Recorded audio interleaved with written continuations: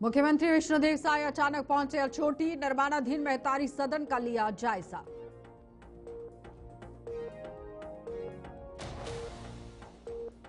रायपुर मंडल की 3 स्टेशनों का किया पुनर्विकास, 2 मई को मोदी करेंगे स्टेशनों का वर्चुअली उद्घाटन। और सुशासन तिहार पर पीसीसी चीफ दीपक बैज का बड़ा बयान, कहा चिट्ठी को भेज देना समस्या का निवारण नहीं।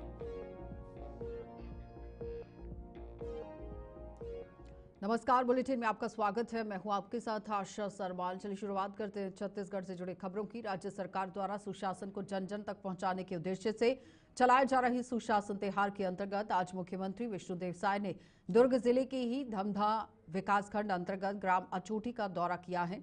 और ग्राम अचोटी में मुख्यमंत्री साय हेलीकॉप्टर से अचानक पहुंचे और डाइट कॉलेज परिसर में 29,20,000 रुपए की लागत से निर्माणाधीन मेहतारी सदन का निरीक्षण किया। उन्होंने निर्माण कार्य की गुणवत्ता का मुआयना भी किया और खुद अपने हाथों से भवन के कॉलम की तराई भी की और मजबूती और पारदर्शिता का संदेश भी दिया। इसके पश्चात मुख्यमंत्री पुरमुदा पहुंचे, जहां पर उन्होंने अटल आवास योजना के अंतर्गत निर्मित 226 आवासों का लोकार्पण किया है। अटल आवास क्रमांक 226 के हितग्राही तुषार को अपने हाथों से चाबी सौंपकर उन्हें गृह प्रवेश भी करवाया।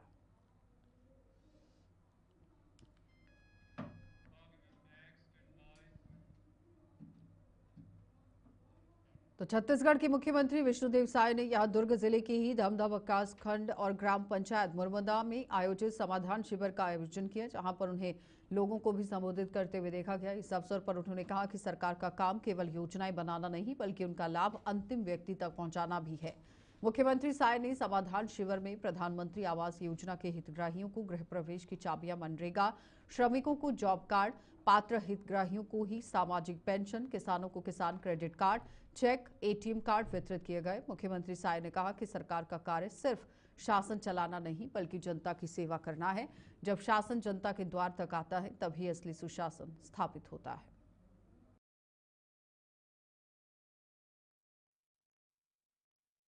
तो ये सब होतेला सबला हमार सरकार सुधारे के काम करत है और सुधार वो सबला।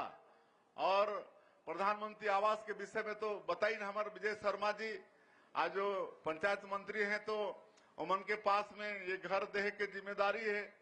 कैसे पिछले कांग्रेस के सरकार 5 साल में 18 लाख गरीब मन के हक छीने के काम करे रही से। हर गरीब के, हर आदमी के सपना होते कि ओकर एक घर हो, लेकिन गरीब मन के हक, उमन के सिर से छत के अधिकार छीने के काम कोई सरकार करे रही तो पिछले कांग्रेस सरकार में हो रही से। और गरीब मन के आह लगिस और वो सरकार पानी में बहा गए। वह इसके नहीं कहा 70-71 सीट में। अमृत भारत स्टेशन योजना के तहत दक्षिण पूर्व मध्य रेलवे की रायपुर मंडल की उरकुरा, भिलाई और भानु प्रतापपुर स्टेशनों का पुनर्विकास किया गया। इन स्टेशनों पर यात्री सुविधाओं को आधुनिक और स्तरीय बनाया गया है, जिससे यात्रियों को ज्यादा आरामदायक, सुरक्षित और सुविधाजनक यात्रा अनुभव हो। 2 मई 2025 को माननीय प्रधानमंत्री नरेंद्र मोदी द्वारा इन स्टेशनों का वर्चुअली उद्घाटन किया जाएगा और इस अवसर पर यात्रियों को विश्व स्तरीय सुविधाएं प्रदान करने के लिए इन स्टेशनों को तैयार किया गया है। अमृत भारत स्टेशन योजना के तहत रेलवे स्टेशन में यहां बुनियादी ढांचे को मजबूत करने और क्षेत्रीय विकास में सहायक सिद्ध होने के लिए कई पहल की जा रही है। इन स्टेशन पर यात्रियों को बेहतर सुविधाएं देने के लिए भी काम किया जा रहा है।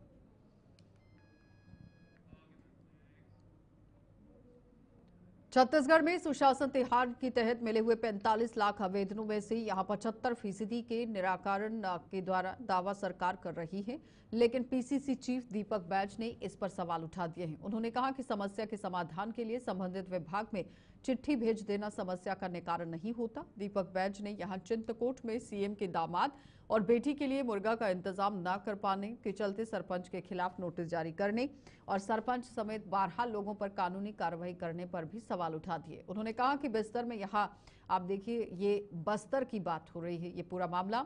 और साथ ही साथ बताते चले कि जिस तरह से ये बड़ी कार्रवाई की गई है, सवाल इस पर दागे जा रहे हैं। क्या कुछ कहना था पीसीसी चीफ दीपक बैज का, जरा सुने। नाका बंद करने का निर्देश भी दिए, तो कल पूरे गांव वालों ने मिलकर एसडीएम के खिलाफ प्रदर्शन किए वही चित्रकूट में ही। तो एसडीएम ने उनको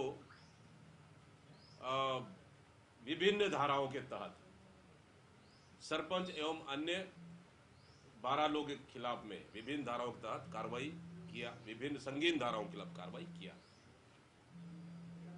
तो हम पूछना चाहते हैं, क्या ग्राम पंचायत को वहां कर वसूली का अधिकार है कि नहीं, टैक्स लेने का अधिकार है कि नहीं, बस्तर में 5वीं अनुसूची लागू है, ग्राम सभा को पावर है कि नहीं, ग्राम पंचायत को पावर है कि नहीं, शायद एसडीएम को इनको अध्ययन कर लेना चाहिए, पहला चीज। दूसरा चीज, आखिर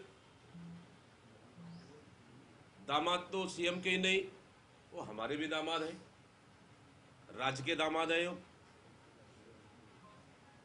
अगर उनको मुर्गा बकरा खिलाना ही था, सरकार पास पैसा नहीं है, एसडीएम पास पैसा नहीं है, प्रोटोकॉल पास पैसा नहीं है, तो हमें बोल देते, मैं वहाँ का क्षेत्र का विधायक रहा हूँ, उस क्षेत्र का मैं सांसद रहा हूँ, वो हमारा भी दामाद है, और मैंने तो राज्य का दामाद भी कहा, तो हम उनको व्यवस्था कर देते। अब मैं स्वागत करने खुद भी चले जाता, तो पारिवारिक संबंध भी बढ़ता, हमें भी अच्छा लगता। लेकिन बदले की भावना से एक सरपंच के ऊपर नोटिस देना और कार्रवाई करना, क्या यही सुशासन है? क्या छत्तीसगढ़ में एक आदिवासी मुख्यमंत्री, खैर अपने आप को आदिवासी तो मानते नहीं है, जनजाति मानते हैं, एक जनजाति मुख्यमंत्री एक आदिवासी सरपंच के ऊपर कार्रवाई करते हैं?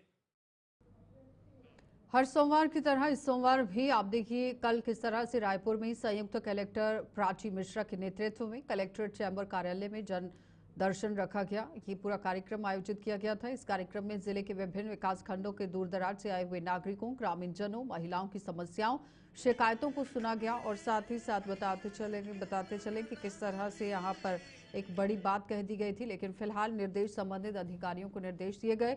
जनदर्शन कार्यक्रम में बड़ी संख्या में नागरिकों ने अपनी समस्याएं और शिकायतें भी दर्ज कराई और संयुक्त कलेक्टर और अन्य अधिकारियों ने उनकी समस्याओं को भी सुना। निवारण के लिए आवश्यक कार्यवाही की दिशा निर्देश भी जारी कर दिए गए।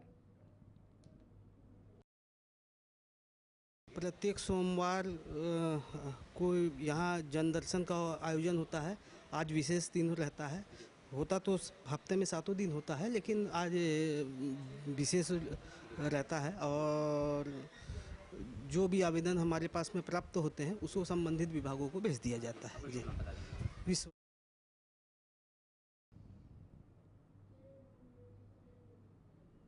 तो छत्तीसगढ़ की सियासत में पोस्टर वार जारी है। बीजेपी ने सोशल मीडिया पर भूपेश बघेल को राजनीतिक जीवन का आप देखिए किस तरह से खूनी बता दिया है। वहीं सचिन पायलट का भी जिक्र किया गया। इस मामले पर मंत्री टंकराम वर्मा ने कांग्रेस को अपने अस्तित्व की लड़ाई लड़ते हुए बताया कि कहा कि कांग्रेस यहां अंतर्कलह से जूझ रही है। तो वहीं पीसीसी चीफ दीपक बैज ने कह दिया कि भूपेश बघेल आक्रामक नेता हैं, सरकार को मुंहतोड़ जवाब दे रहे हैं, इसलिए बीजेपी बौखलाई हुई है। भूपेश बघेल जी हमारे प्रदेश के पूर्व मुख्यमंत्री रहे हैं और आक्रामक नेता हैं और सरकार को मुंहतोड़ जवाब समय पर देते रहते हैं।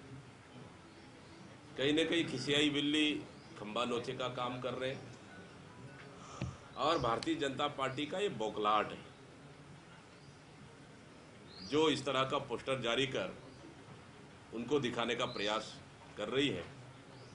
दरअसल भूपेश बघेल जी सरकार की हर छोटी खामियों को जनता तक लगातार ला रहे हैं, तो उससे घबराए हुए और डरे हुए हैं। अब ये उनकी जो है उनकी अंदरूनी मामला है, वो लोग खुद ही अपने अस्तित्व की लड़ाई लड़ रहे हैं। आपको पता है क्या क्या यात्रा निकालते हैं, कभी भारत जोड़ो यात्रा, कभी संविधान बचाओ यात्रा, और पूरा भारत की जनता जानती है कि संविधान की धज्जियाँ किसने उखाड़ा था, किसने संविधान की धज्जी उड़ाई थी, वो सबको पता है। तो उनकी अपनी अस्तित्व की लड़ाई चल रही है। आपको पता है कि यहाँ भी छत्तीसगढ़ में उनके अस्तित्व जो है खतरे में है, वैसे देश में भी है। तो ये लोग अपना अंतर्कलह से जूझ रहे हैं।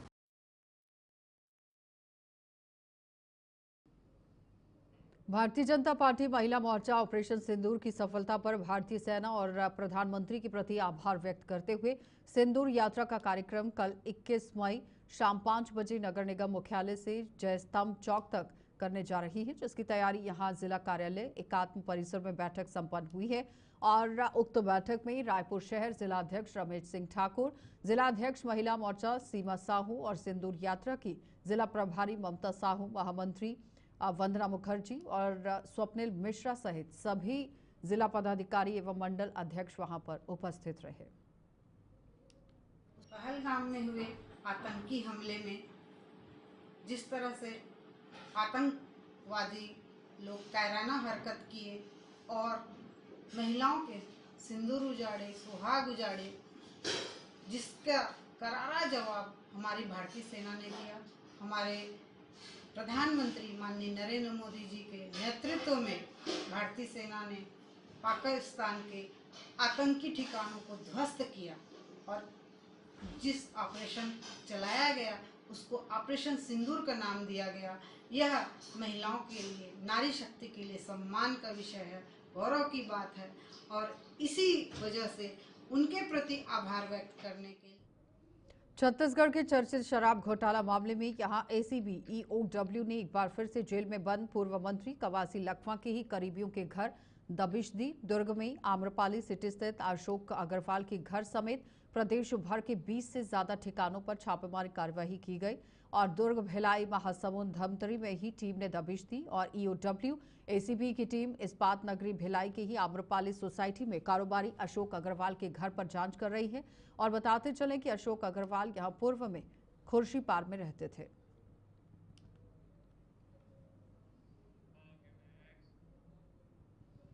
छत्तीसगढ़ प्रदेश से एक मामला सामने आया जिसमें नॉन बैंकिंग फाइनेंस कंपनी यानी कि एनबीएफसी के द्वारा महिलाओं को ठगकर उनके नाम से कर्जा लिया जा रहा है और अब रिकवरी एजेंट द्वारा उन्हें डराया धमकाया जा रहा है। साथ ही गुंडागर्दी की जा रही है।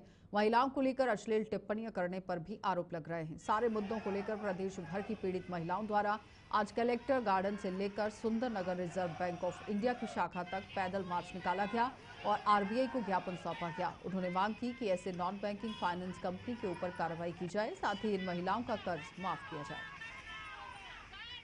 आज आप जो देख पा रहे हैं हमारे पास इतनी बहनें और हमारे भाई इकट्ठा हुए हैं, लगभग हम 100 से ऊपर लोग हैं और ये सब छत्तीसगढ़ के अलग अलग जिलों से आए हुए, अलग अलग कस्बे, गांव, ब्लॉक, तहसील से आए हुए लोग हैं।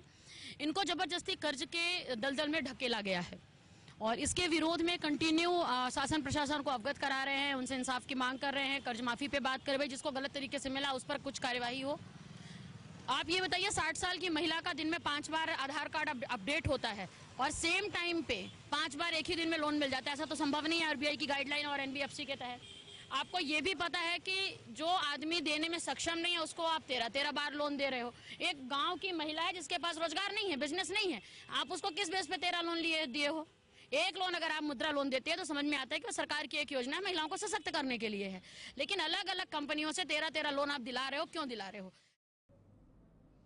चलिए, बुलेटिन में इतना ही, रुकेंगे एक छोटे से ब्रेक के लिए, जल्द वापस लौटेंगे, आप बने रहिए हमारे साथ।